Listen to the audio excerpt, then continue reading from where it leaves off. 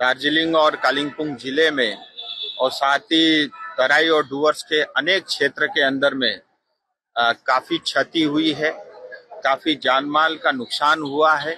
और अभी तक के जो आंकड़े सामने आए हैं उसके मुताबिक 19 लोगों की जाने गई है। और माने भंजांग में क्योंकि नेपाल और दार्जिलिंग का बॉर्डर मिलता है तो वहां करीब नेपाल तरफ के 5 लोगों की भी जाने गई है। अभी तक इस तरह से 24 लोगों ने अपनी जान गंवाई है और सैकड़ों घर बहे हैं। और NH 110 जिसको पहले NH 55 कहते थे, तो दार्जिलिंग जाने की सड़क है, और उसके साथ ही NH 10 और तमाम सड़कें जो गांव को जोड़ती है वो सब टूटे हैं। बहुत सारे ब्रिजेस पुल ध्वस्त हुए हैं और बहुत कठिन परिस्थिति है। ये एक प्राकृतिक आपदा है। प्रधानमंत्री जी, गृह मंत्री जी स्वयं जो है इस पे निगरानी बनाए हुए हैं। আজ একদিকে যখন মুখ্যমন্ত্রী মমতা বন্দ্যোপাধ্যায় তিনি যাবেন উত্তরবঙ্গে, মুখ্য সচিবও যাবেন তার সঙ্গে, অন্যদিকে আপনাদের জানিয়ে রাখবো ইতিমধ্যে উত্তরবঙ্গের উদ্দেশ্যে রওনা দিয়েছেন রাজ্য বিজেপির সভাপতি শ্রমিক ভট্টাচার্য। দেখুন, এই সরকারের কাছ থেকে কোনো মানবিক মুখ প্রত্যাশা করা মূর্খামি। এত বড় অসহিষ্ণু, প্রতিহিংসা পরায়ণ, অযোগ্য সরকার এর আগে ভারতবর্ষের কোন রাজ্য দেখেনি। এই সরকারের চোখের জল মোছানোর জন্য বা উত্তরবঙ্গের মানুষের জন্য করার কোনো প্রচেষ্টা কোনোদিন ছিল না। যেটা ছিল সেটা শুধু ফ্লাইং টু গ্যালারি আর ঘোষণা সত্ত্বেও। ভুটানের মানুষ এসে উত্তরবঙ্গের ডুয়ার্সের জঙ্গলের কাঠ কেটে নিয়ে যায়নি, ছোট ছোট নদীগুলোর বোল্ডার তুলে নিয়ে যায়নি, ইললিগাল স্যান্ড মাইনিং করেনি, ধ্বংস করেছে গোটা উত্তরবঙ্গকে। এই সরকারের প্রতি উত্তরবঙ্গের মানুষের কোনো আস্থা নেই। আমাদের জনপ্রতিনিধিরা, আমাদের কর্মীরা কাল সন্ধ্যা থেকে সক্রিয় আছেন, সেখানে যাচ্ছে। আমরা মানুষের পাশে আছি। কেন্দ্রীয় সরকারে যা করার করছে, রাজ্য সরকার যদি মনে করে কেন্দ্র রাজ্য ঐক্যবদ্ধভাবে আজকে এই মানুষগুলোর পাশে দাঁড়াবে, তারা দাঁড়াতে পারে। গতকাল সকাল 10টা থেকে এখনো পর্যন্ত কিন্তু বৃষ্টি হয়নি, যার ফলে কোচবিহার শহরে যেই জল জমেছিল সেই জল কিন্তু নেমে গেছে। তবে গতকাল কোচবিহারের তোরসা নদী, সেই তোরসা নদীতে যে জলস্ফীতি হয়েছিল সেটাও আপাতত কম রয়েছে।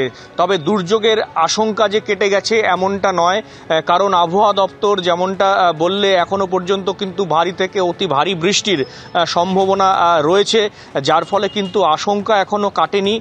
কোচবিহার জেলায় যে দিনহাটায় সিঙ্গিমারি নদী রয়েছে সিতাই ব্লকে, এবং সিঙ্গিমারি নদীতে গতকাল কিন্তু প্রায় 12 জন কৃষক তারা চাষ করতে গিয়েছিল নদীর ওপারে নৌকা করে তাদের কৃষি জমিতে, এবং হঠাৎ করে জল বেড়ে যাওয়ায় তারা আটকে যায়। তবে অবশেষে গভীর রাতে প্রশাসনের সহায়তায় তাদের 12 জনকে কিন্তু উদ্ধার করা গেছে, এবং যেটা ফুলবাড়িতে গতকাল যারা আটকে ছিল তাদেরকেও উদ্ধার করা গেছে এমনটাই জানা যাচ্ছে।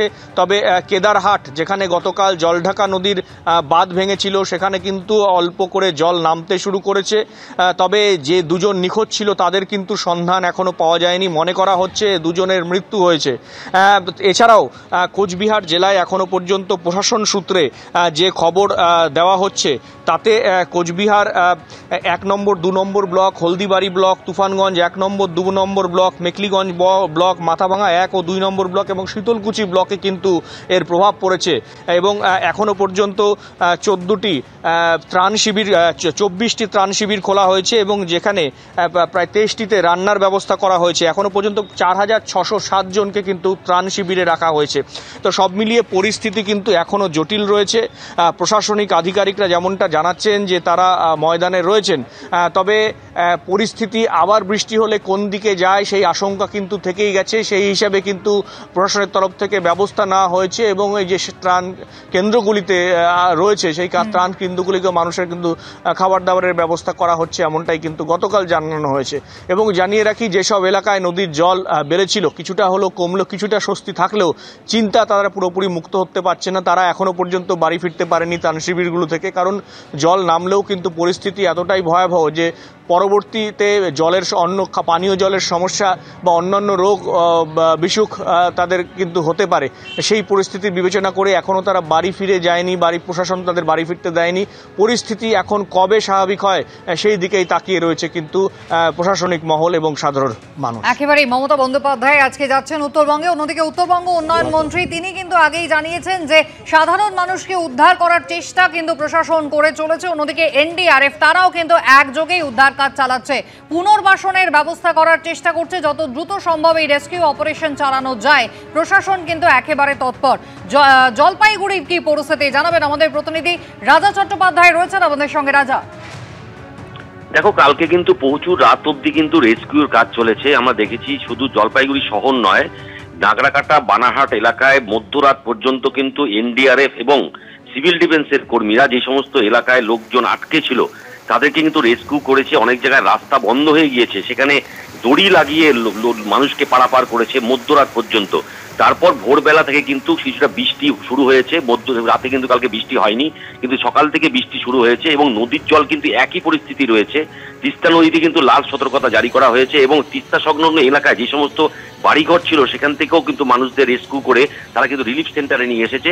সব মিলিয়ে কিন্তু এখনো কিন্তু ভয় ভয় অবস্থা রয়েছে জলপাইগুড়ি জেলায়। বিভিন্ন জায়গায় কিন্তু জল একই জায়গায় রয়েছে, জল কিন্তু নামছে না। এবং আজকে সকালেও কিন্তু তিস্তা ব্যারেজ থেকে প্রচুর জল ছাড়ার কথা রয়েছে।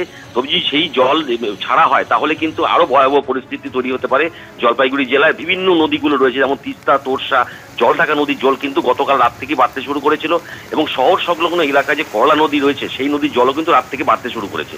কুসুমিতা, ধন্যবাদ। রাজা, যে পরিস্থিতি আমরা দেখতে পাচ্ছি গোটা উত্তরবঙ্গ জুড়ে কিন্তু একাধিক জায়গা জলমগ্ন। কোচবিহার, শিলিগুড়ি, দার্জিলিং এর একাধিক জায়গা এভাবেই জলের তলায়।